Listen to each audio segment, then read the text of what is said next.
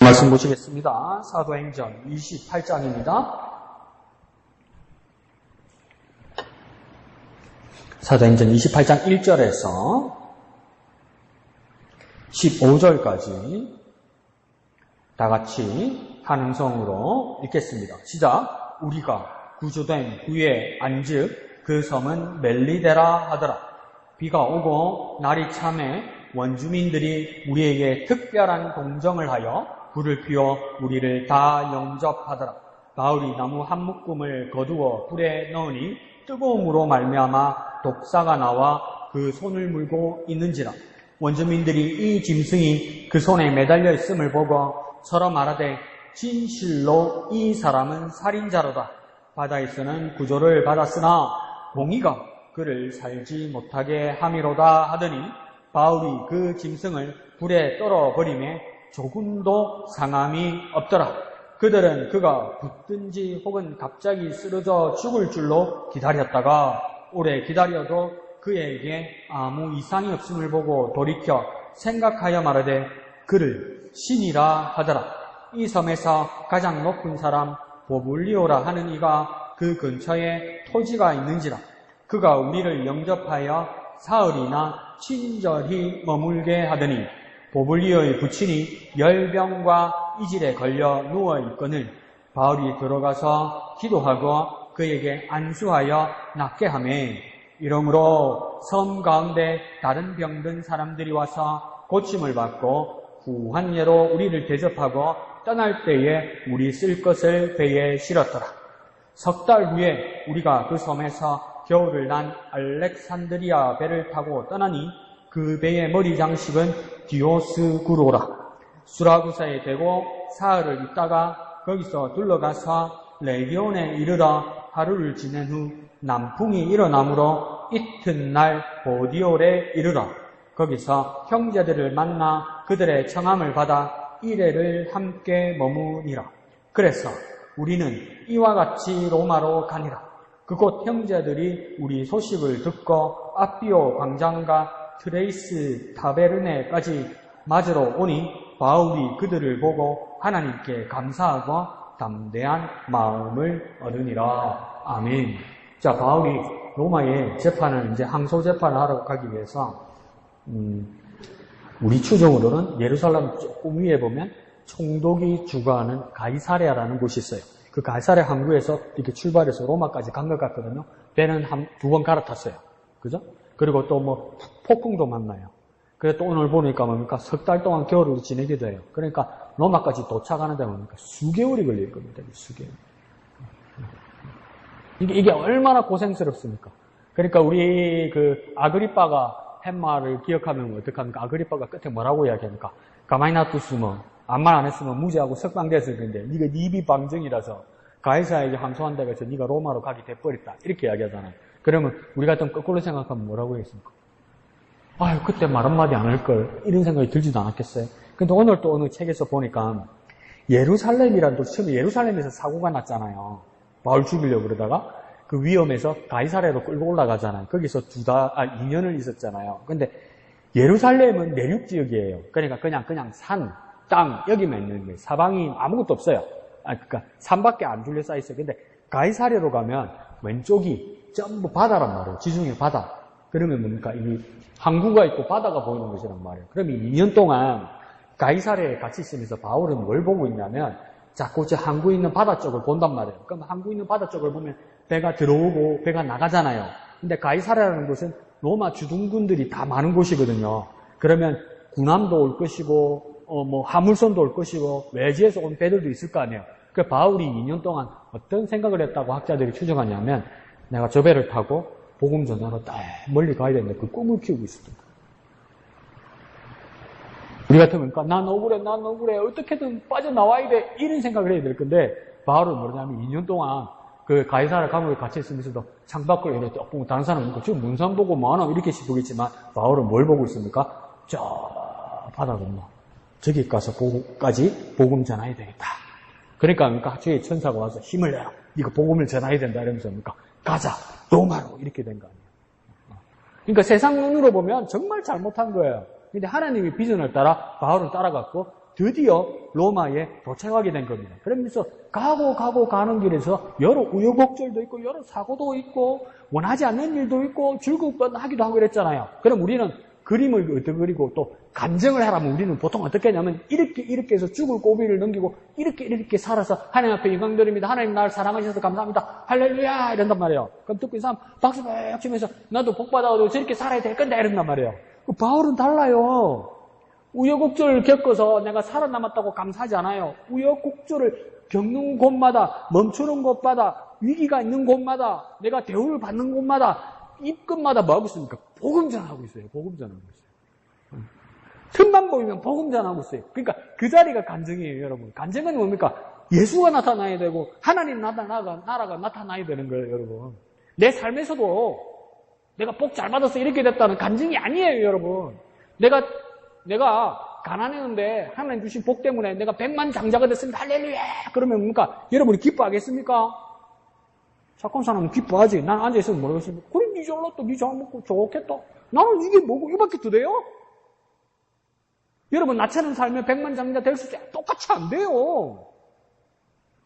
그건 간증 아니란 말이에요. 간증은 뭡니까? 영어로는 테스티모니이랍니다. 간증은 사실은 뜻은 뭐냐면 증거를 된다 이 말입니다. 증인이 된다 이 말이에요. 뭡니까? 예수를 증언한다는 거예요. 성령으로.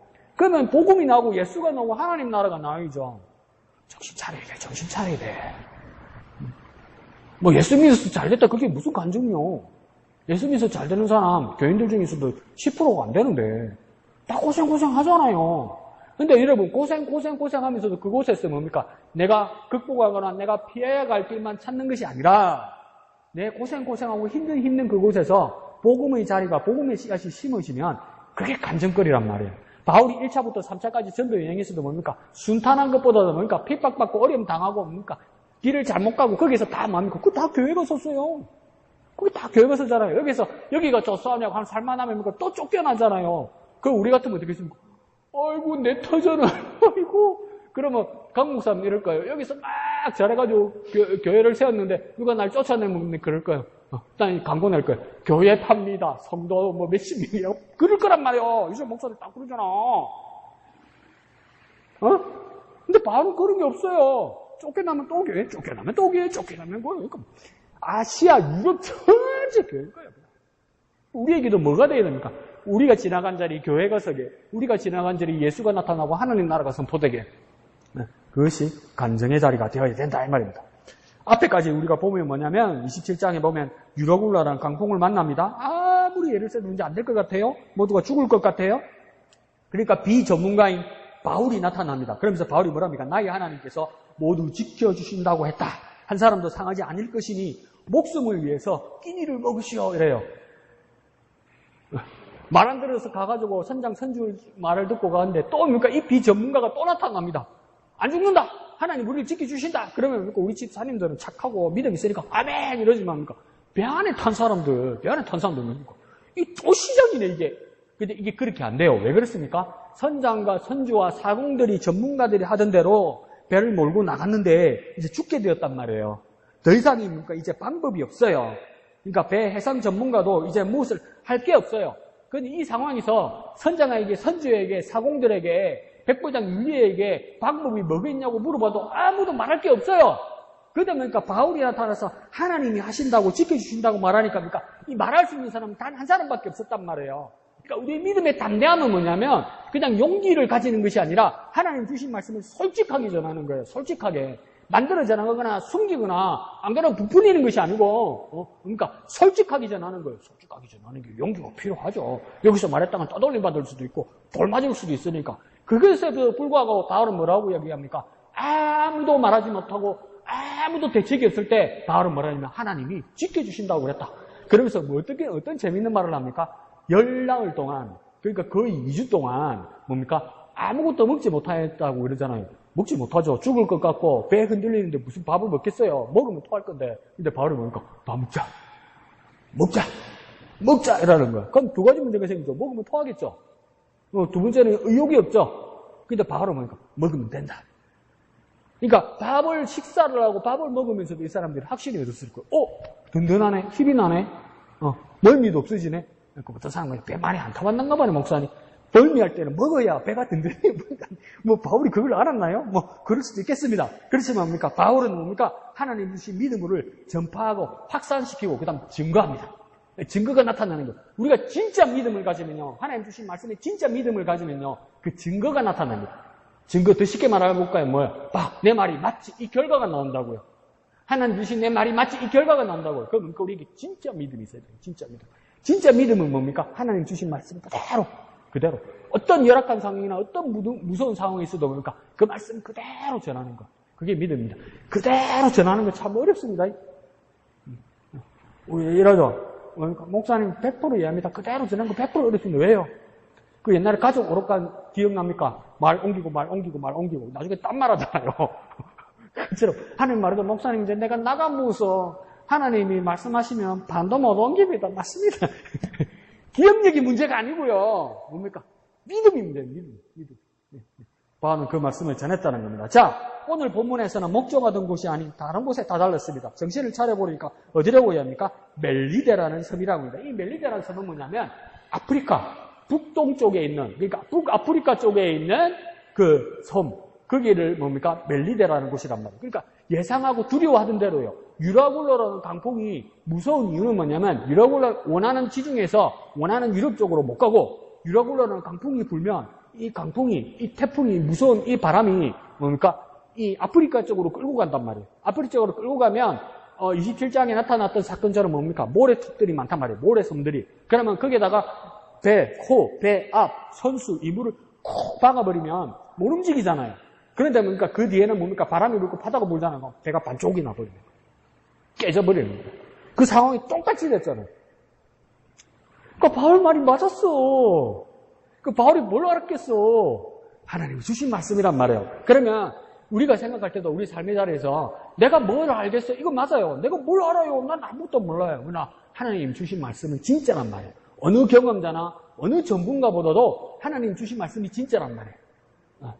그 믿음을 바울이 보여준 겁니다.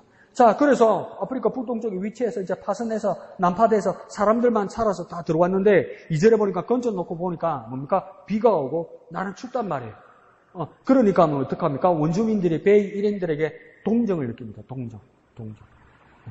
그 진심의 동정은 감동을 받게 됩니다. 그런데 우리는 자존심을 가지고 있어. 누가 아이고 어떡해, 아이고 힘내라 이러면 어떨 땐 자존심 상해서 뭡니까? 니 동정하나, 니가 감히 나를 동정하나 이러잖아요.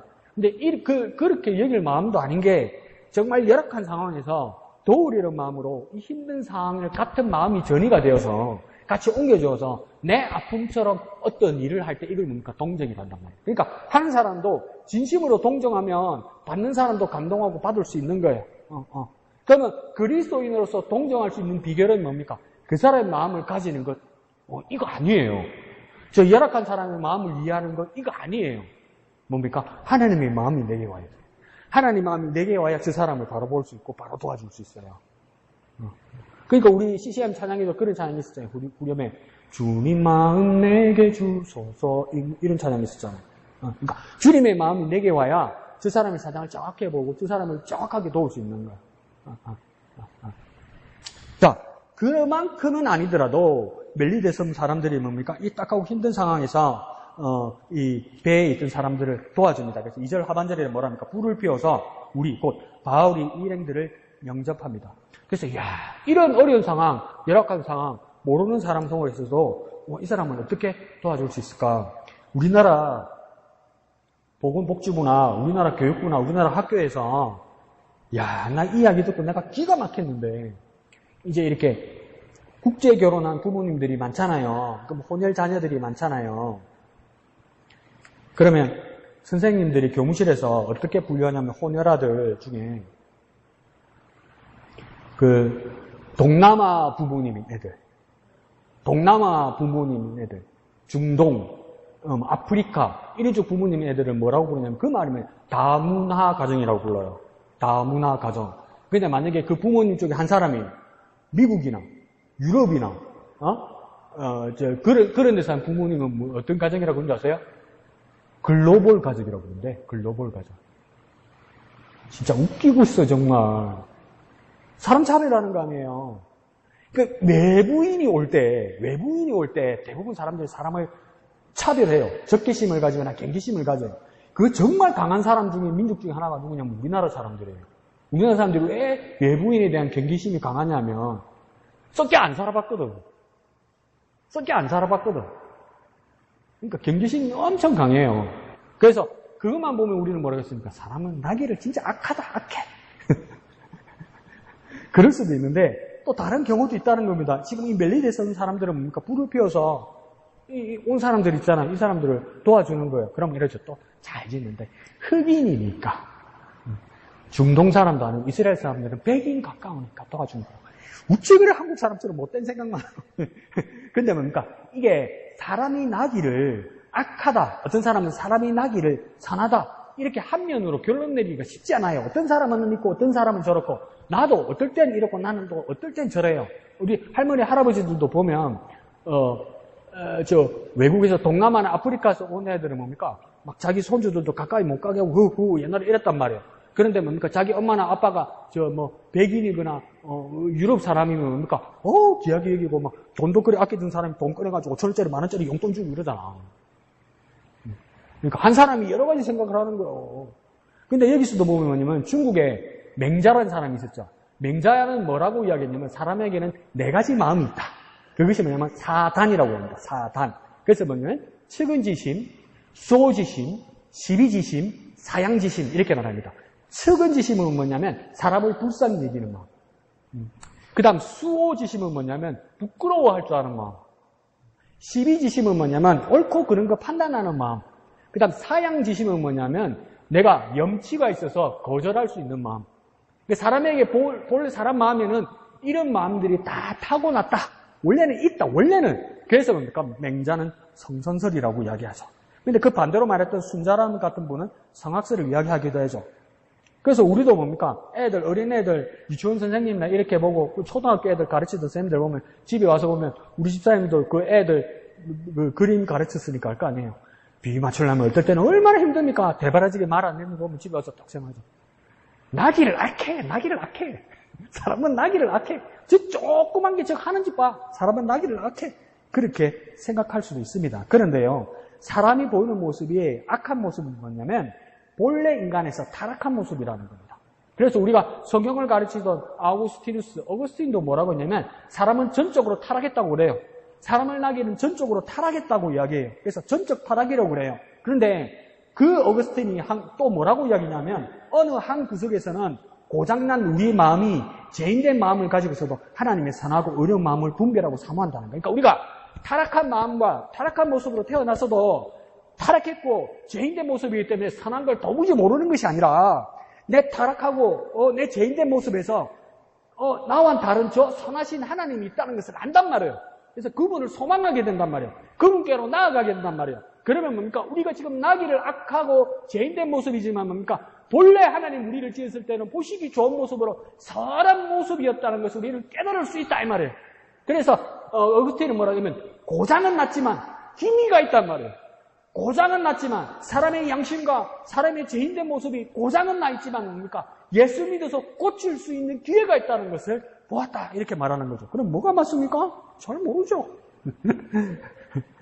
그래서 멜리데 섬 주민들도 뭡니까? 그런 마음 한구석에 그 선한 마음이 발현되고 또 무엇입니까? 하나님께서 도우시기로 역사하신 것이겠죠. 그래서 로마서에서도 바울은 뭐라 합니까? 하나님의 율법을 모르는 사람에게도 하나님을 향한 선한 양심이 법이 된다고 그러잖아요.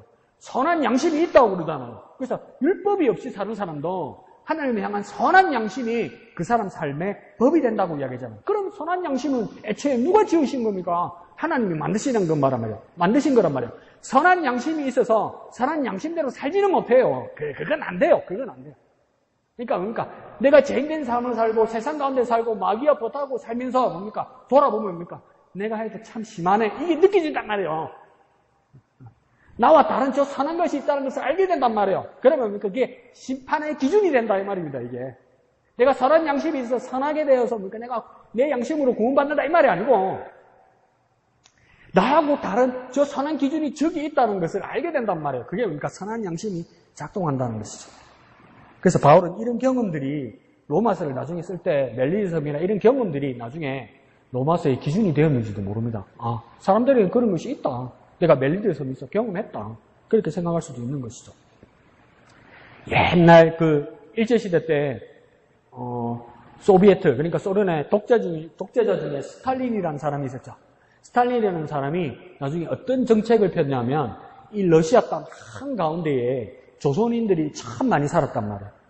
근데 나중에 이 조선인들이 상당히 스탈린에게 걸림돌이 됐다는 거예요. 왜요? 스탈린이 어떤 걱정을 했냐면, 이제 소련에 가장 맞서고 적이 되는 자들이 누구냐면 미국이었단 말이에요. 미국, 영국 이런 곳이었단 말이에요. 그런데 만약에 미국이나 영국의 원조를 조선 사람들이 받기 시작하다가 나 스탈린을 공격하면 어떡할까? 이런 두려움이 있었던 거예요. 소련이나 중국도 독립군들을 도와주기도 했고 미국도 지원을 하기도 했지만 그러니까 경쟁의식이 생기다 보니까 마지막에 일본이 패망하고 조선이 독립하다가 이게 완전 자본주의 자유민주 사회로 가게 되면 이 사람들이 공산 정권에 있는 나를 위협하지 않을까 해서 그때 쓴 정책이 뭐냐면 이주 정책입니다. 뭐냐면 조선인들 그러니까 총을 갖다가 전부 무장해제 시켜버려요. 총을 전부 뺏어버려요. 그리고 화물칸 기차에 실어요. 그리고 그 겨울밤에 뭡니까 기차에 실어서 막 정처 없이 갑니다. 그래서 중앙아시아 시베리아 쪽으로 갑니다. 겨울에 시베리아 갔대. 그래서 그러니까 시베리아 어디서 탁 떨어뜨립니다. 버려놓고 갔어요. 그럼 어떻게 하겠어요? 다 죽죠. 죽어서 발발발 떨면서 일본은 죽고 일본은 막 숨만 쉬고 있는데 그 밤에 뭡니까? 어떤 사람들이 와서 이렇게 데리고 가더라는 거예요. 그래서 자기 음악에 데려오고 불도 피워주고 먹을 것도 주더란 말이에요. 그 사람들이 누구냐면 저 우즈베키스탄, 카자흐스탄 그 원주민들이에요. 그 사람들이 도와줬단 말이에요. 그래서 살아남은 우리나라 사람들이 뭡니까? 살아남아서 이제 그 공동체를 이루고 그래서 그 사회에서 주류가 되고 그랬던 사람을 뭐라고 부릅니까? 까레이스키라고 부르잖아요. 그 까레이스키를 우리말로 하니까 고려인이란 말이에요. 그 고려인을 영어로 말하면 그게 코리안이에요. 그 카자흐스탄에서 이주되어서 무장해제되었다가 살아남은 사람 중에 한 사람이 누굽니까? 그게 홍범도 장군이에요. 홍범도 장군. 그러니까 그 아무 조건 없는 도움을 받은 거죠. 그냥 불쌍하고 위험한 사람이 있을 때 도우려는 마음. 그러니까 그리스도인이 그거보다 못하면 안 됩니다.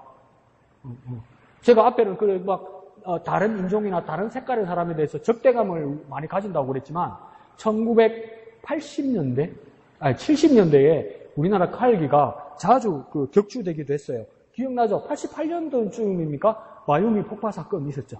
그죠? 여자 간첩. 그래서 폭파돼서 그때 죽기도 하고 또 소련 전투기가 자기 나라 영해로 들어왔다고 해서 격추시킨 사건도 있죠. 그 앞에 1978년에 한 번 또 이 소련 쪽 입장에서는 뭡니까? 대한민국 칼기 민항기가 자기 영역에 들어갔다. 이래서 격추하려다가 폭파는 하지 않고 그러니까 이렇게 불시착을 했었어요. 그 불시착해서 이제 내렸으니까 소련 땅에 내렸으니까 이제 다 소련군들이 잡아서 수사하고 조사하고 이랬죠. 근데 그 내렸던 지역이 뭐냐면 완전 러시아 사람들. 그러니까 한 번도 자기 피부 색깔, 자기 말 외에 한 번도 보지 못한 그 시골 사람들이란 말이에요. 시골 사람들. 피부 색깔도 달라, 말도 달라, 생긴 것도 달라. 그리고 우리는 적대감을 가질 것 같잖아요. 근데 신기해서 막 구경을 오더래요. 살다 처음 봤거든. 구경을 오더래요. 근데 이 사람들이 어떡합니까? 호의를 베풀 줄 아는 거 아니에요. 자기들이, 그러니까 소련 공산당 치하에 있으니까 다 배급받는 거잖아요. 생필품이나 음식이나 다 배급받는 거잖아요. 넉넉하지 못하잖아요. 그러다 보니까 누가 시키지도 않는데 그 사람들이 뭡니까? 우리 칼기에 탔던 사람들 이렇게 나눠주더라는 거 아니에요. 그 나눠줘서 처음에 받았는 데는 뭡니까? 우리나라보다 못하지. 얄궂은 거지. 근데 그 마음을 주더란 말이에요. 마음을. 그 마음에 감동되었다는 그런 이야기도 있습니다. 그러니까 사람의 마음에 악한 것도 있지만 사람의 마음에 이건 아니고 저게 있다는 것을 아는 것처럼 우리 삶의 자리에서도 아무리 방황하고 힘들고 어렵고 세상 방법에 치여 있고 세상 방법에 완전 젖어 있어도 이게요, 내가 볼 때는 효과가 있어요. 교회에 와서 계속 수시로 와서 예배하고 수시로 기도하고 수시로 말씀 보는 거 있잖아요. 여기에서 뭡니까? 내 삶이 움직여지고 변화되는 건 정말 중요한데 그렇지 않더라도 최소한 이 한 발자국부터 시작해야 되는 거예요. 이건 아닌데 이거 알아야 돼요.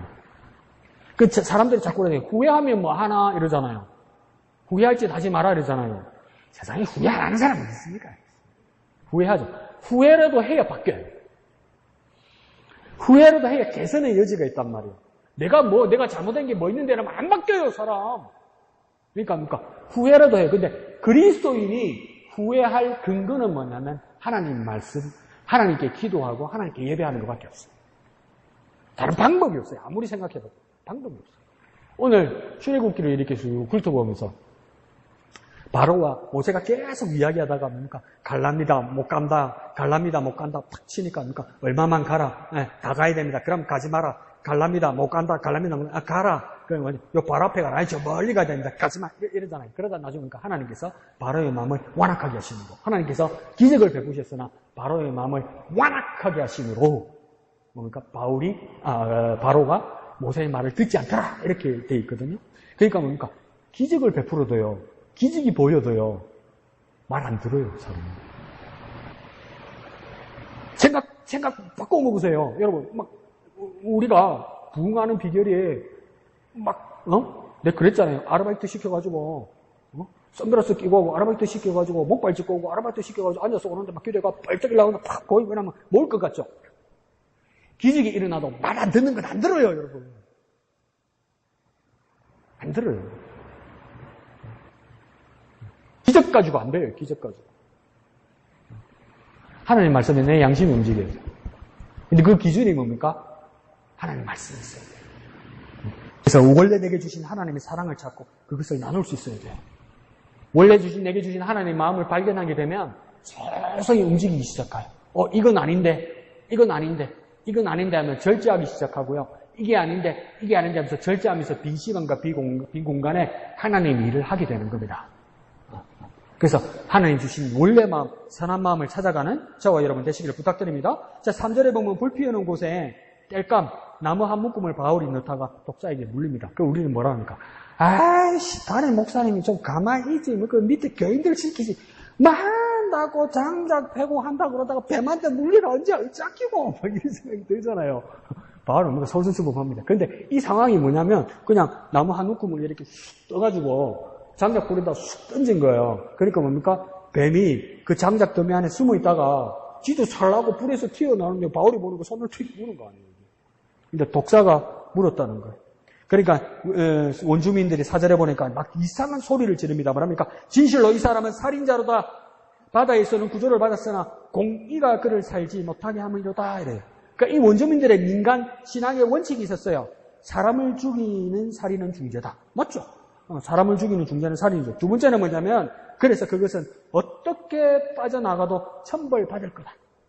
어떤 일이 있어도 사람을 죽인 살인자는 천벌을 받을 거다. 그런 생각도 있었는가 봐요. 그런 믿음도 있었는가 봐요. 그래서 뭡니까? 천벌받아 죽는 것은 뭡니까? 공평하신 공의의 신이 처벌하는 것이다.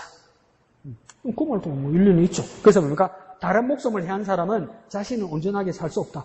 괜찮은 도덕적 법칙이잖아요. 그러니까 이것을 뭡니까? 바울 현상 앞에다가 적용했잖아요. 근데 뭔가 잘못됐어요. 이 사람들이 왜 잘못 적용했습니까? 현상을 보고 말하는 거예요.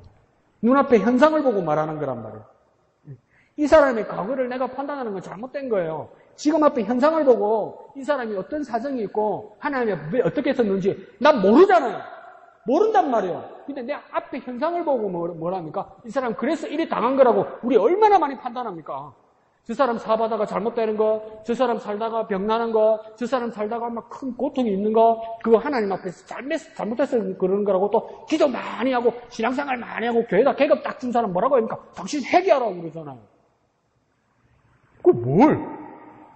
뭘 회개하고? 뭘 잡는지 말을 해줘야지 그럼. 지도 몰라. 근데 현상만을 가지고 비판한단 말이에요. 그러면 뭡니까? 우리 착한 성도들도 뭐랍니까? 주여 인연을 용서하여 주옵소서. 주여 이놈을 용서하여 주옵소서. 뭐가 그래? 모르긴 모르는데 이러고 있는 거 아니에요. 그런데 뭡니까? 이게 중요한 게 아니라 현상만을 보고 사람을 판단하지 말란 말이에요. 앞에 일어나는 일만을 보고 사람 판단하지 말란 말이에요. 그건 잘못된 거라는 겁니다. 소위 종교적이고 심리적으로 예민하고 영감이 있다고 스스로 자평하는 사람들이 근거 없는 영적인 것으로 사람이 이렇게 판단을 함부로 하는 것입니다. 함부로 한단 말이에요. 그러니까 교회는 말만 안 되면 영적이래. 하다가 설명이 안 되면 영적이래. 남이 안 믿어주면 영적이래. 그게 무슨 힘이 있겠습니까? 그렇게 말해버리면. 말하다가 말문이 바뀌면 이건 영적이라고 말하면 그게 무슨 말이 힘이 있겠습니까? 우리가 찬송가도 뭐라고 불렀습니까? 너 가는 길을 누가 비웃거든 뭡니까? 확실한 무엇을 보여주라고? 증거를 보여주라며. 증거를 못 보여주니까 뭐 영적이래. 그러면 안 돼요. 그런데 5절에 보니까 이 살인자라고 죄인이라고 잘못 단정한 바울은 뭡니까? 정작 붙지도 않고 쓰러지지도 않고 죽지도 않는단 말이에요. 죽은 건 뭐밖에 없습니까? 뱀밖에 없어요. 뱀만 죽었단 말이에요. 뱀만. 네? 물어도 잘못 물었지 뱀도. 네? 아무리 기다리며 정의와 공의와 도덕의 신이 이 바울을 처벌하기를 바랐으나 아무 이상이 없었다는 겁니다. 그러니까 그리스도인은 세상의 잘못된 판단에 좌우되지 말아야 합니다. 세상의 판단에 내가 흔들리거나 세상의 판단에 내가 비위를 맞추거나 세상의 판단에 끌려가면 안 된다는 겁니다. 친구 좋아하고 친구하고 잘 지내는 사람, 인간관계나 그런 부분에서는 존경하고 좋을 만한데요. 이 사람이 행동의 근거와 말의 근거와 살아가는 방식과 가치관의 근거가 뭘까 이렇게 보면요. 나도 다른 사람이 판단해보면 그렇겠죠. 그 친구들 가까이 지내는 사람들 말과 행동과 눈빛과 표정과 그대로 따라요. 자주 만나고 오래 만나고 좋아할수록. 네? 그런데 보니까 우리는 누구를 자주 보고 누구의 말을 자주 듣고 누구를 항상 바라보고 누구의 마음을 읽으려고 해야 되겠습니까? 하나님을 계속 바라보고 하나님의 마음을 읽으려고 두면입니까? 우리가 하나님 닮는 사람이 된단 말이에요. 그러면 뭡니까? 우리는 세상의 법칙에 좌우되는 사람이 아니라 하나님의 법칙에 좌우되는 사람으로 자연스럽게 드러난단 말이죠. 그런데 자꾸 이 멜리데 선 사람들은 바울을 어떻게 판단하려고 합니까? 하나님의 사람을 세상의 법칙으로 판단하고 세상의 법칙으로 처벌될 거라고 생각했단 말이에요. 온갖 세상이 그를 죽이려고 해도 하나님의 사람은 하나님이 지켜주십니다. 세상이 법으로 이 사람이 죽어 마땅하다 할지라도 세상이 그 목숨을 끊어낼지라도 하나님께서 그를 부활의 몸으로 이끌어 가실 거라 이 말이죠. 그러니까 하나님의 사람이 세상의 법으로 보호받으려고 하는 것이 제일 위험하고 어리석은 거예요. 하나님의 사람이 기도 실컷 해놓고 어디 전문가 없나, 어디 백 없나, 어디 돈 없나, 어디 연줄 없나, 어디 학연 없나, 나만 먼저 채워줄 사람 없나, 나만 먼저 땡겨줄 사람 없나, 이렇게 생각하는 것, 이 다 뭡니까? 그 세상의 법칙과 세상의 잘못된 전통을 따라가는 거 아니에요. 세브란스 병원 응급실에 대사건 2번이 있었어요. 응급실에. 한 번은 누구냐면 가장 가까이는 어떤 일이 있었냐면 응급실에 가면 우리나라 응급실에 체계가 없잖아요. 그래서 병원 문 닫는 시간이면 그냥 응급실 가서 약 받아오고 이러잖아요. 체도 돈 있는 사람은 응급실 가잖아요. 원래 응급실 가면 안 되거든요. 우리 가잖아요. 그러니까 응급실에 환자가 분리 안 되고 줄을 어디까지 서 있는 거예요. 근데 한 번은 황수관 박사가 이 노안에 이제 생명이 위독했단 말이에요. 그러니까 그 사람이 연세대학교 명예박사인가 그렇죠, 그 양반이. 그러니까 이제 세브란스 병원 응급실에 가서 이제 황수관 박사가 보니까 이렇게 앞으로 쫙 당기는 황수관 박사가 그때 의식이 있으니까 손 들었으면 안 돼. 차례대로 하라. 순서대로 하라. 내 인지도로 내 생명을 구하다가 내 뒤에 있는 사람이 죽으면 어떻게 되나요? 생명의 위해를 가는 어떻게 기다렸어요. 어떻게 됐어요? 돌아가셨어요. 옛날에 문익환 목사님도 그랬죠. 그래서 뭡니까? 응급실에서 줄 서서 기다리다가 돌아가셨단 말이에요. 그럼 우리는 딱 큰 병원 가서 우리가 뭐라고 해야 됩니까? 나도 그런 이야기 하죠. 병원에는 저 원무과에 밑에서 일하는 사람이라 청소하는 아줌마라도 하나 줄이 있으면 잘 된대. 맞죠? 근데 사회적 인지도와 명성을 가진 사람이 뭡니까? 순서를 지키다가 돌아가셨단 말이에요. 죽었단 말이에요. 세상의 법칙을 따랐으면 살았겠죠.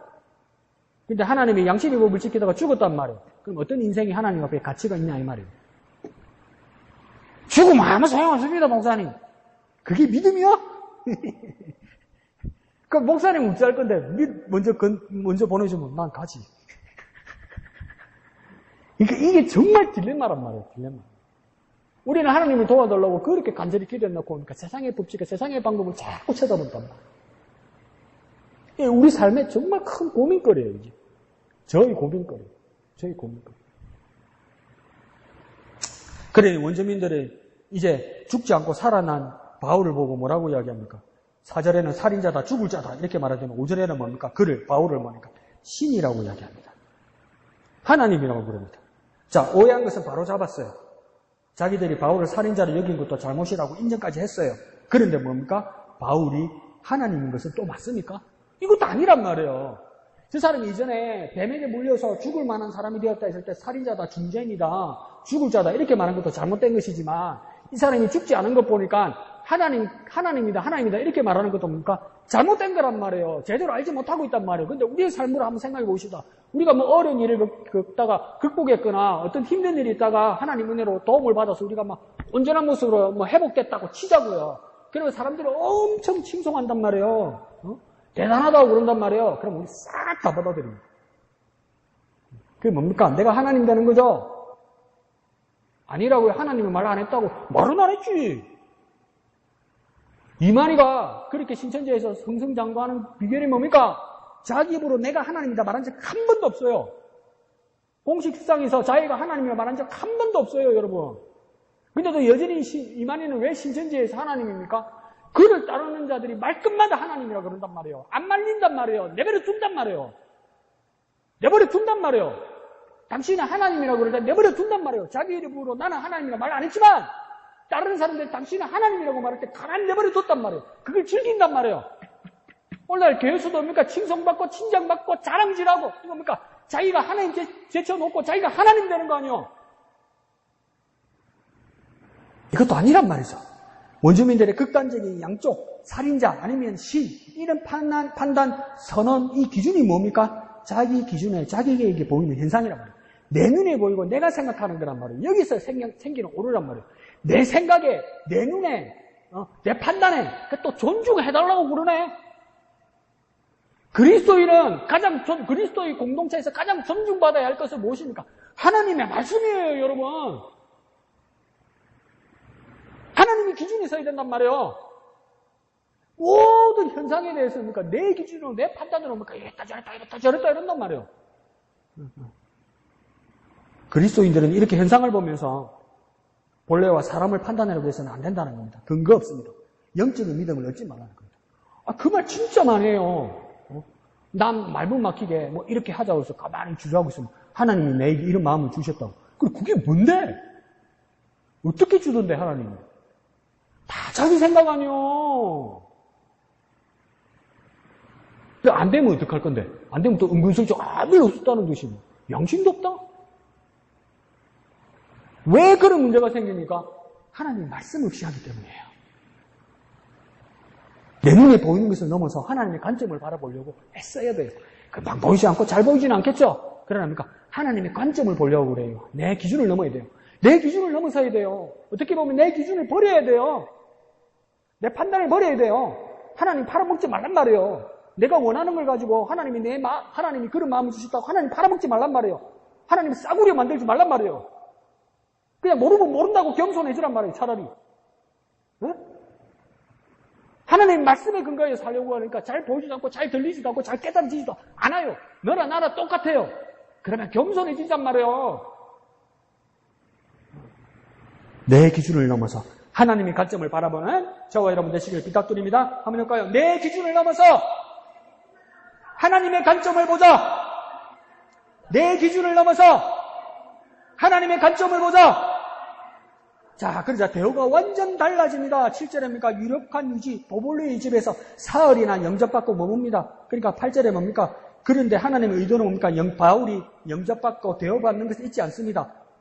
그 집에 가보니까 보볼리오가 바울을 초대하고 영접한 것 같지만 하나님은 보볼리의 집에 바울을 보내신 겁니다. 하나님이 계획이 있었단 말이에요. 하나님의 큰 계획 안에 보블리오가 바울을 영접하게 하고 바울을 대접하게 했지만 하나님의 큰 계획에는 바울이 그 보블리오의 집에 가게 해야 됐단 말이에요. 그러니까 우리가 어떤 대우를 받거나 어떤 길을 가거나 어떤 생각지 않은 일이 있을지라도 하나님의 크신 계획이 있다는 것을 기대해야 된단 말이에요. 기대해야 된단 말이에요. 당장은 보이지 않지만 내가 엉뚱한 길을 가거나 내가 예상치 않은 길을 갈지라도 이것이 하나님의 인도하시는 길이라고 믿으면 기대할 수 있어야 돼요. 기대할 수 있어야 돼요. 바울에게도 그런 일이 일어난 겁니다. 오늘 본문에는 뭡니까? 눈에 보이는 현상만을 따라 오판하지 말고 하나님의 섭리를 바라보아야 된다는 겁니다. 하나님의 섭리는 뭡니까? 미리 보이는 경우는 거의 없어요. 여러분. 미리 보이는 경우는 거의 없어요. 지나고 보면 이게 하나님의 은혜라는 걸 깨닫는단 말이에요. 이거 그냥 내가 지어내서 말해볼까요? 하나님과 나의 속도 차이예요. 쉽게 말해볼까요? 수준 차이예요. 어쩔 수 없어요. 하나님하고 나하고 수준 차이 나지. 하나님이 계획하시고 나는 깨닫는 것밖에 없어요. 맞죠? 하나님은 계획하세요, 미리. 근데 그럼 나도 하나님하고 내가 같이 머리 싸매고 계획합니까? 어디서 그런 거 배웠어? 하나님 계획하시고 나는 나중에 깨닫는 거예요. 그 시간 차이가 많이 나지. 근데 왜 자꾸 어디 막 신접한 사람처럼, 어디 막 투시하는 사람처럼, 어디 막 어디서 막 보고 온 사람처럼 똑같이 하는 수준으로 뭘 계획하려고 드냔 말이에요. 아니요. 하나님이 계획하시고 나는 뒤에까지 깨닫는 겁니다. 바울에게도 똑같이 적용된 겁니다. 8절에 가니까 보블리오의 아버지가 열병과 이질에 누워 있습니다. 그러니까 아마도 지금 생각해보니까 이거 말라리아가 아니었을까 이렇게 추정됩니다. 요즘은 그 말라리아에 해당되는 그 치료약을 먹으면 잘 낫지요. 그런데도 선교사님들도 보면 그 말라리아 약이 떨어지면 상당히 고통스럽고 심할 때는 이 약이 없어서 요즘도 생명을 잃을 수도 있다고 이야기해요. 그러니까 그 당시에는 상당히 목숨이 위험할 지경이었죠. 그래서 8절 하반절에 바울이 어떻게 합니까? 들어가서 기도하고 안수하여 낫게 되었다 이렇게 이야기합니다. 지금 와서 생각하면 정말 위험한 짓이죠. 뭡니까? 그 병자가 누워있는 곳에 들어갔다는 거예요. 전염, 감염의 위험에 있었던 거예요. 근데 개의치 않습니다. 개의치 않습니다. 두 번째는요, 기도했다고 이야기해요. 기도했다는 말은 뭡니까? 그 기도란 말은요, 다 쓰죠. 모든 종교에서 다 써요. 교회 안 다니는 사람, 아니, 종교가 없는 사람도 기도한다고 이야기해요. 기도하죠. 뭐 하려고 이야기합니까? 집중하려고 기도하죠. 마음을 빌려고 기도하죠. 그 사람들은. 그죠? 그러면 다른 종교를 가진 사람은 뭐 하겠습니까? 능력을 채우고 내공을 쌓으려고 기도하겠죠. 그럼 그리스도인들은 왜 기도합니까? 응답 받으려고요. 그 바울이 여기서는 왜 기도했겠습니까? 나중에라도 기도한 이유는 뭐냐면 하나님의 도움과 능력을 구한 겁니다. 그러니까 이건 뭡니까? 내가 가지고 있는 것으로 할 수 없다는 것을 증명하는 거예요. 그리스도인의 기도는 확실한 겁니다. 하나님의 능력과 도움을 구하는 겁니다. 내가 쌓아서, 내가 배양해서, 내가 뭘 가져서, 내가 단련하고 훈련해서, 내가 뭘 만들어서 누구에게 주기 위해서 기도하는 거 아닙니다. 그런 다른 종교나 다른 명상가들에서 하는 거 맞습니다. 그 사람들은 그렇게 해요. 그렇지만 같은 기도란 말을 쓸지라도 그리스도인의 기도는 무엇이냐면 내 것이 아니라 하나님의 능력과 하나님의 도움을 구하는 겁니다. 나중에서라도 자신 바울이 아니라 하나님이 하셨음을 증거하기 위한 것입니다. 하나님이 하셨으면 내가 이렇게 기도하지 않았더냐, 내 기도하는 걸 듣지 않았더냐, 하나님이 하셨으면 그래서 막 여러 가지 요즘은 논란이 많아요. 꼭 예수 이름으로 기도합니다 하면서 기도를 마쳐야 되느냐. 그래서 어느 막 진보적인 교회에서는 이제 기도 끝날 때 예수 이름으로 기도합니다. 이거 안 해요. 그러고 합니까? 분위기 맞춰서 뭡니까? 아멘 하고 끝나요. 말은 잘하고 설득이 되고 있잖아요. 근데 우리는 왜 예수 이름으로 기도합니까? 이 효과가 있어요. 왜 효과가 있습니까? 이 모든 기도들이 내가 말 잘하거나 내가 어떤 사람의 감정을 잘 건드려주거나 누구를 위로해줘서 내가 막 기도하던 내용들이 막 기도받아서 막 울기도 하고 카타르시스가 일어나기도 하고 위로도 받았어요. 그러니까 야 강 목사 기도 잘한다. 야 이근 집사님, 이양택 집사님, 이숙사님 정말 기도 잘한다. 기도 은혜 받았습니다. 이거 못하게 하기 위해서 맨 끝에 뭘 붙입니까? 예수 이름으로 기도하는 거예요. 내 기도 아니란 말이에요. 예수 이름으로 기도하는 거란 말이에요. 세상에 이런 기도가 어디 있습니까? 어느 종교에, 어느 단체에, 어느 모임에 이런 기도가 어디 있습니까? 그래서 예수 이름으로 기도하는 거란 말이에요. 이 모든 기도가 뭡니까? 예수 이름으로 하는 거란 말이에요. 예수가 하시는 것이란 말이에요. 그걸 고백하는 거예요. 난 아무것도 아닙니다. 그걸 고백하는 거죠. 이게 맨 마지막 기도가 엄청난 기도입니다. 그러니까 옛날에 영화에 구봉서 장로님이 그 영화에 나와서 그랬잖아요. 장로인데도 갑자기 기도시키니까 당황해가지고 어떻겠습니까? 오늘은 구장로님이 기도하시죠. 구봉서 장로는 어떻겠습니까?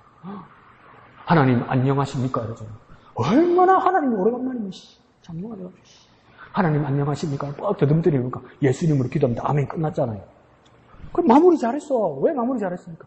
모든 기도는 그러니까 나의 기도가 아니라 그러니까 예수 이름으로 하는 거라 말이에요.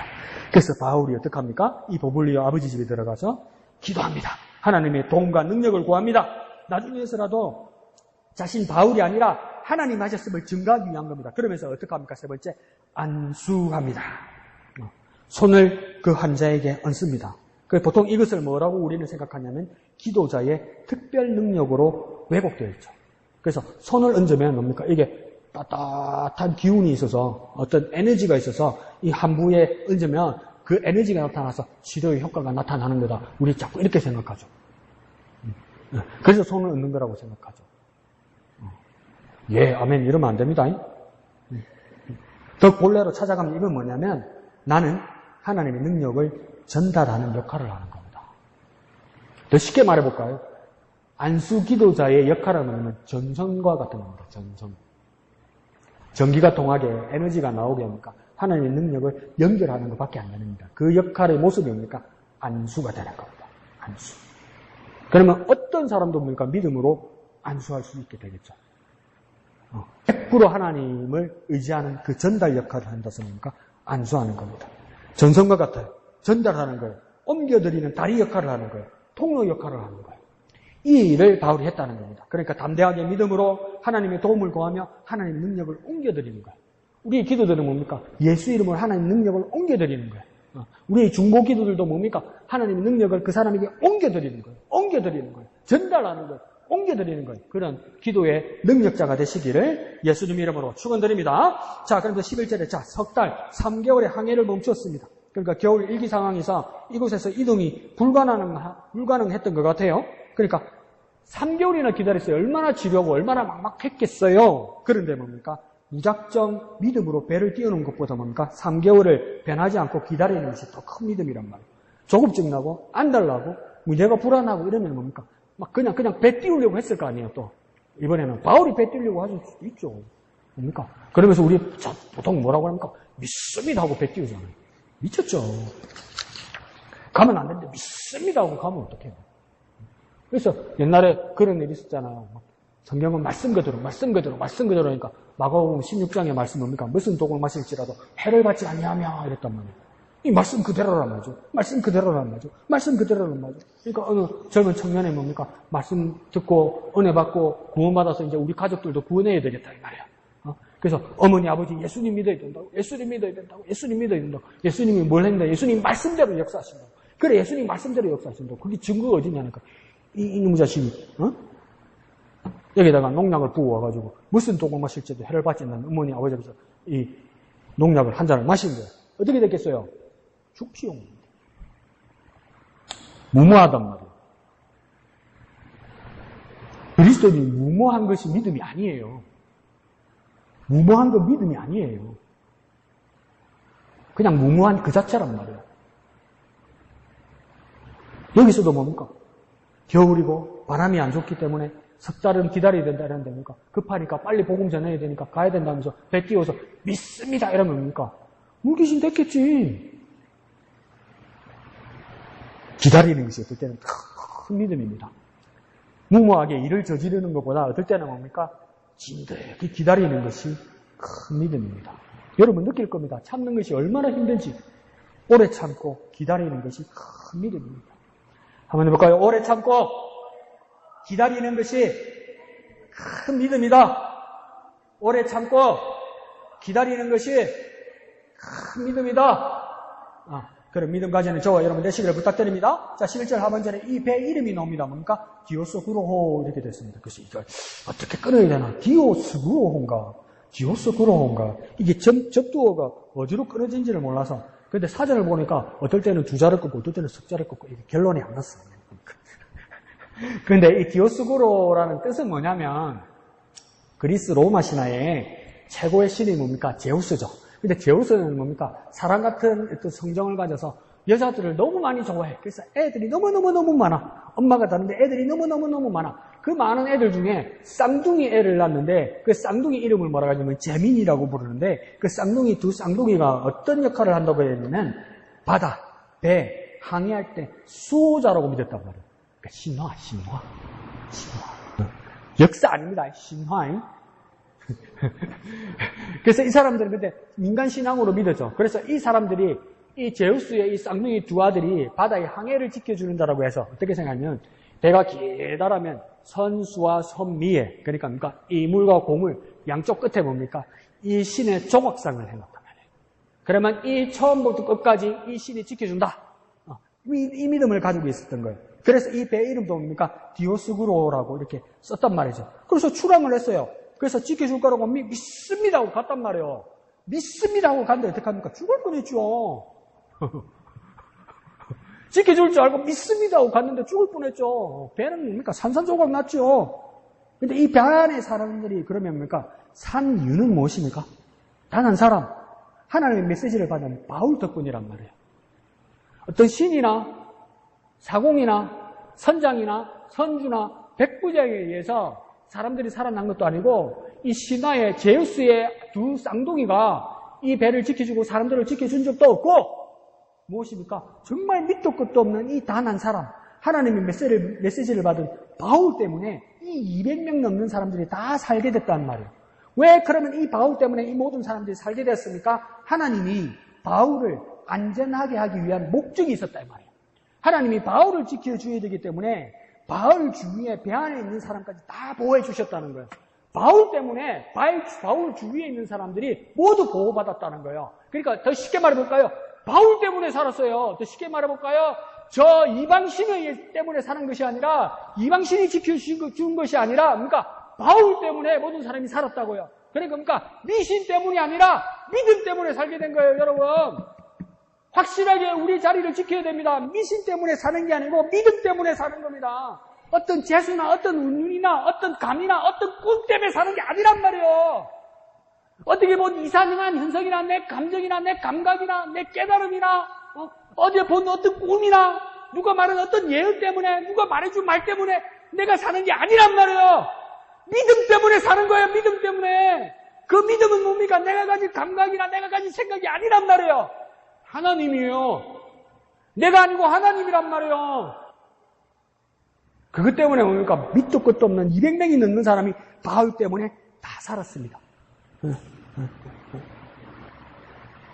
그러면 오늘 공동체에 내가 믿음을 지키고 있으면 나 때문에 나를 위해서 우리 안에 있는 사람까지 하나님이 지켜주신다 이 말이에요. 내가 믿음을 지키면 하나님이 나를 봐서라도 나 때문에 내 주위에 있는 사람까지도 다 지켜주신단 말이에요. 어떤 장식이나 어떤 부적이나 어떤 미신이 무색하게 하나님의 사람 단 한 사람만 있어도 하나님이 지켜주신단 말이에요. 그럼 우리는 어떻게 해야 됩니까? 어떻게 살아야 됩니까? 내가 무엇을 해야 됩니까? 어디서든 내가 내 믿음 지켜야 되는 거예요. 내가 내 믿음을 지키면 다른 모든 사람도 나 때문에 살게 되는 거예요. 내가 내 주위에 있는 사람을 그러면 지키는 방법은 무엇입니까? 당신 믿음 똑바로 가져. 당신 신앙생활 똑바로 해. 당신 예배 그렇게 하면 안 돼서 사람을 바꾸는 게 아니고요. 내가 내 믿음을 지켜야 내 주위 사람들이 영향을 받는다고요. 말로는 안 바뀌어요. 말로는 안 바뀌어요. 말해봤자 기분만 나빠요. 말 잘못하면 교회 안 와요. 교회도 안 와요. 교회도 안 와. 내 직업 때문에 안 간다고 또 말까지 해. 말로는 안 돼요. 내가 내 믿음 지켜야 된단 말이에요. 내가 내 믿음 지키면 내 주위 사람들을 나 때문에 하나님이 지켜주신단 말이에요. 그래 내가 어떻게 됩니까? 내가 내 믿음을 지켜야 돼요. 다른 사람이 어떤지 저떤지 생각하지 말고 다른 사람은 왜 저렇게밖에 못하나 그러지 말고 내가 하나님 앞에 바로 서야 된단 말이에요. 어디서든 뭡니까? 내가 내 믿음을 지켜야 됩니다. 어디에 있든 내가 내 믿음을 지켜야 됩니다. 그러면 나 때문에 저 사람 삽니다. 내 믿음 때문에 저 사람 살아요. 어디서든 내 믿음을 지키는 저와 여러분들 시를 부탁드립니다. 한번 해볼까요? 어디에서든 내 믿음을 지켜야 합니다. 어디에서든 내 믿음을 지켜야 합니다. 이렇게 이제 저것 때문에 안 된다, 저것 때문에 안 된다 이런 말 하지 말란 말이에요. 근데 그거 진짜 부흥사들 문제예요. 어떤 서울의 어떤 교회는 부흥회를 했는데 정말 은혜 많이 받았어요. 근데 그 부흥사가 이제 사람들 따로 데리고 와서 이제 상담도 하고 기도도 해주고 이런단 말이에요. 그 교회 나이 드신 권사님분 중에 한 분이 지병이 있었어요. 그래서 그러니까 폐가 어릴 때 안 좋았는데 폐가 많이 다쳐가지고 이렇게 귀까지 안 들리게 됐어요. 귀가 잘 안 들리고 거의 안 들리는 거예요. 그러니까 귀가 잘 안 들리면 사람이 어떻게 되냐면 자꾸 사람 눈치를 봐요. 그죠? 입모양 보고 이렇게 대강 이렇게 얼렁뚱땅 맞추려고 든단 말이에요. 그런데 하다 보면 잘 맞출 수도 있는데 엉뚱한 반응을 할 수도 있잖아요. 잘 안 들리니까. 일단 자존심이 상하니까 안 들린다 소리를 자꾸 말할 수가 없는 거예요. 그러니까 엉뚱한 걸 하고 그렇다고 나쁜 일을 하는 건 아니죠. 잘 보조를 못 맞추는데 사람 정말 착하고 정말 믿음하고 있고 정말 신실해. 그 사람만큼 교회 열심히 다니는 사람 없단 말이에요. 예배하는 사람 없단 말이에요. 근데 그 부흥사가 와서 뭐냐면 이 교회가 부흥이 안 되는 게 저 권사가 김어분 귀신이 들었어. 그래 때려버린 거야. 그러니까 교회가 뭔가 문제가 생기거나 뭔가 잘못된 일이 생기거나 목사가 기분만 나빠도 이 사람 때문에 그렇다는 거예요. 하나님 음성이 안 들리던가? 하나님 음성 분명히 들렸을 건데 뭐라 그럴게요 하나님이? 니나 잘해라. 남 탓하면 안 돼요 여러분. 정확하게 들릴 거예요. 오늘 자기 전에도 들릴 거예요 하나님 음성이. 내가 하나님도 부탁해놨거든요. 니나 잘해라. 니만 잘하면 된다. 니만 잘하면 된다. 어디서든 내 믿음을 지키는 저와 여러분 되시기를 부탁드립니다. 자, 그러자 13절에 이제 남풍, 순풍을 만나서 무난하게 항해를 합니다. 14절에 보니까 재판을 받을 로마 피고인으로 가지만 경유지 보디얼에서 누구보다도 먼저 거기서 형제들을 만나게 됩니다. 그러니까 우리가 두려움을 이기고 위로를 받고 기쁨을 얻는 비결은 무엇입니까? 우리의 형제 자매들을 만나는 겁니다. 우리의 형제 자매들은 어떤 사람입니까? 그리스도 안에서 한 몸을 이루며 서로의 지체들이 되어가는 우리 형제 자매들이란 말이에요. 그러면 사람 때문에 위로받는다 이 뜻이 아니랍니까? 그 사람이 그리스도 안에 있기 때문에 내가 위로를 받고 힘을 얻는다 이 말이에요. 내가 떨어져 있다가 그리스도 안에서 한 몸을 이루는 이 상황을 내가 경험하고 나서 내가 힘을 얻는다 이 말이에요. 그러면 그 사람이 뭐 때문에 힘을 얻는 겁니까? 그 사람의 믿음 때문에 힘을 얻는 거란 말이에요. 그러니까 내가 그 사람에게 힘을 북돋아주는 거, 시대에 빠져있고 어려워하는 사람에게 힘을 북돋아주는 방법은 뭡니까? 내가 내 믿음에 서서 그 사람과 함께 할 때 이 사람이 힘을 얻는단 말이에요. 예? 내가 내 믿음을 굳건히 해야 된단 말이에요. 그러니까 그 기도들이 이제 얘가 가죠. 주여 내게 믿음을 더하소서. 주여 내게 믿음을 더하소서. 내가 믿음을 더해서 뭐 하게 해요? 많은 사람들에게 새 힘을 주는 거예요. 새 힘.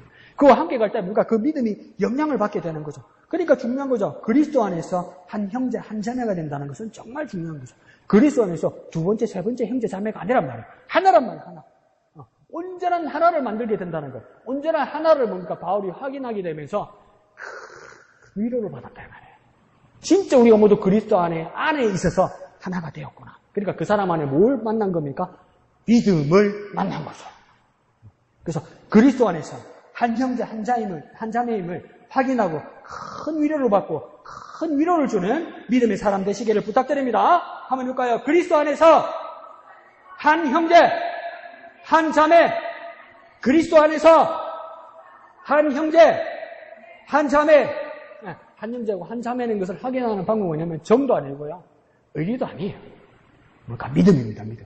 그 믿음은 의리나 우정이면 뭡니까? 그 사람을 향한 거죠. 의리나 우정이나 정이면 뭡니까? 상대의 사람을 향한 거죠. 그것도 귀하죠. 근데 그게 끝까지 안 가잖아. 그런데 뭡니까? 믿음은 뭡니까? 하나님을 향한 거죠. 당신도 하나님을 향한 믿음을 가지고 나도 향한 믿음을 같이 가지고 있을 때 그게 가장 큰 위로가 됩니다, 여러분. 이 사람이 나한테 잘해주고 못해주고 이 문제가 아니고 이 의리나 정의 문제가 아니고 뭡니까? 이익을 바라보는 것보다 하나님을 향한 믿음이 당신도 가지고 나도 가지고 있을 때 가장 큰 위로를 받습니다. 그렇게 믿음을 가지고 한 형제 한 자매 되시는 예수님 이름으로 축원드립니다.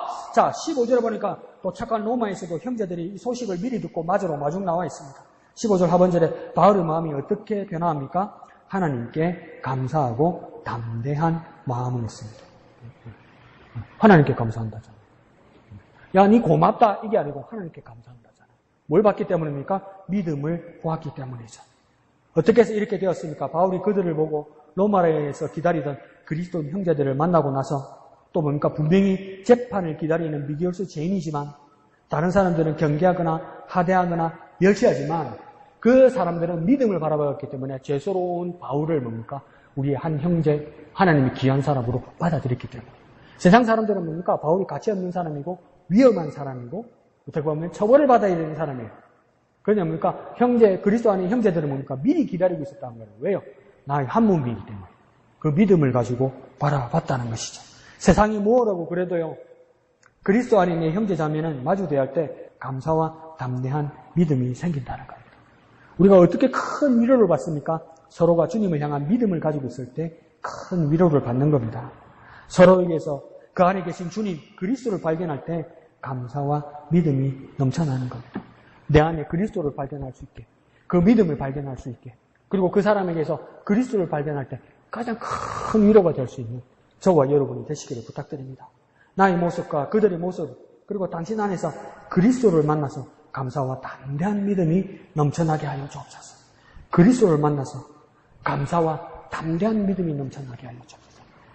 사람을 만나서 위로를 받고, 사람을 만나서 기분 좋고, 사람을 만나서 행복한 것보다 더 중요한 것은 뭐냐면 그 사람 안에 있는 그리스도를 만나서 감사와 믿음이 넘쳐나야 돼요. 그러므로 우리의 믿음을 더 굳건하게 하는, 그리스도 안에서 믿음을 더 굳건하게 하는 저와 여러분 되시기를 예수님 이름으로 축원드립니다. 한번 해볼까요? 그리스도를 만나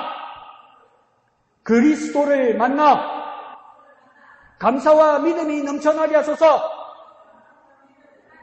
그리스도를 만나 감사와 믿음이 넘쳐나게 하여 주시옵소서.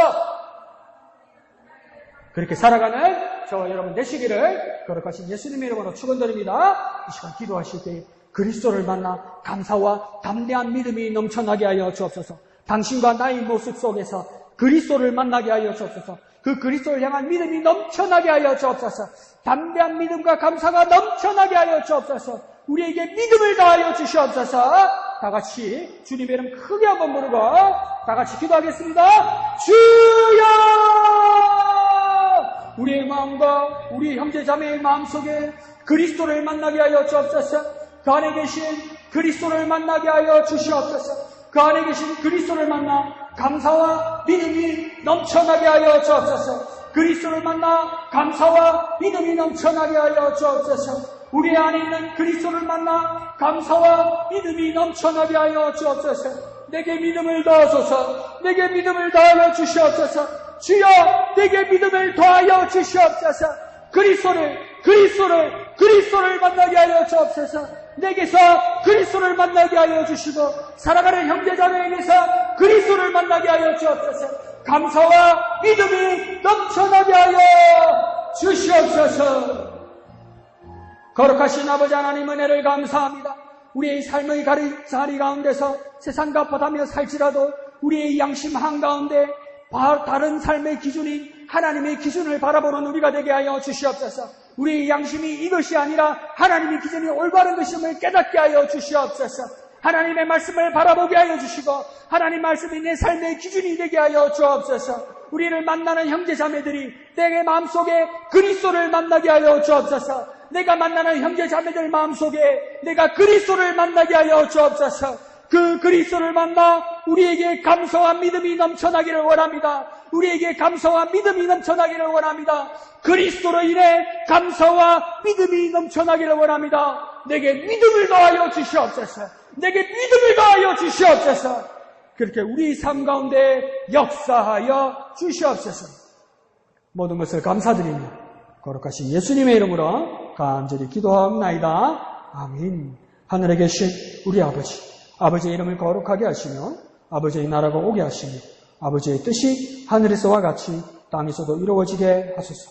오늘 우리에게 일용할 양식을 주시고 우리가 우리에게 잘못한 사람을 용서하여 준 것 같이 우리 죄를 용서하여 주시고 우리를 시험에 빠지지 않게 하시고 악에서 구하소서. 나라와 권능과 영광이 영원히 아버지의 것입니다. 아멘. 주님 감사합니다. 주님으로 영광 거두어 주시고